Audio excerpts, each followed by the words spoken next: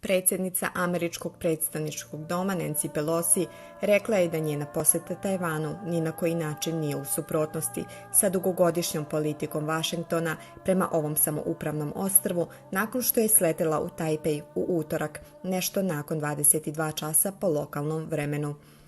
Pelosi je u prvoj izjavi nakon sletanja rekla: "Posjeta naše delegacije Kongresa Tajvanu odaje počast nepokolebljivoj posvećenosti Amerike podršci živahnoj tajvanskoj demokratiji." Još je dodala: "Naši razgovori sa tajvanskim čelnicima fokusirat će se na ponovno potvrđivanje podrške našem partneru i na promovisanje naših zajedničkih interesa, uključujući unapređenje slobode i otvorene Indo-Pacifičke regije."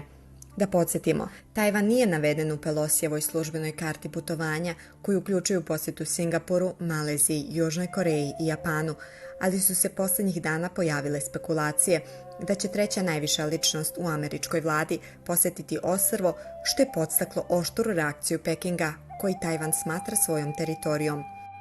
Kina smatra da je putovanje američka provokacija i preti, kako su rekli, nepodnošljivim posljedicama za Vašington ako se nastavi.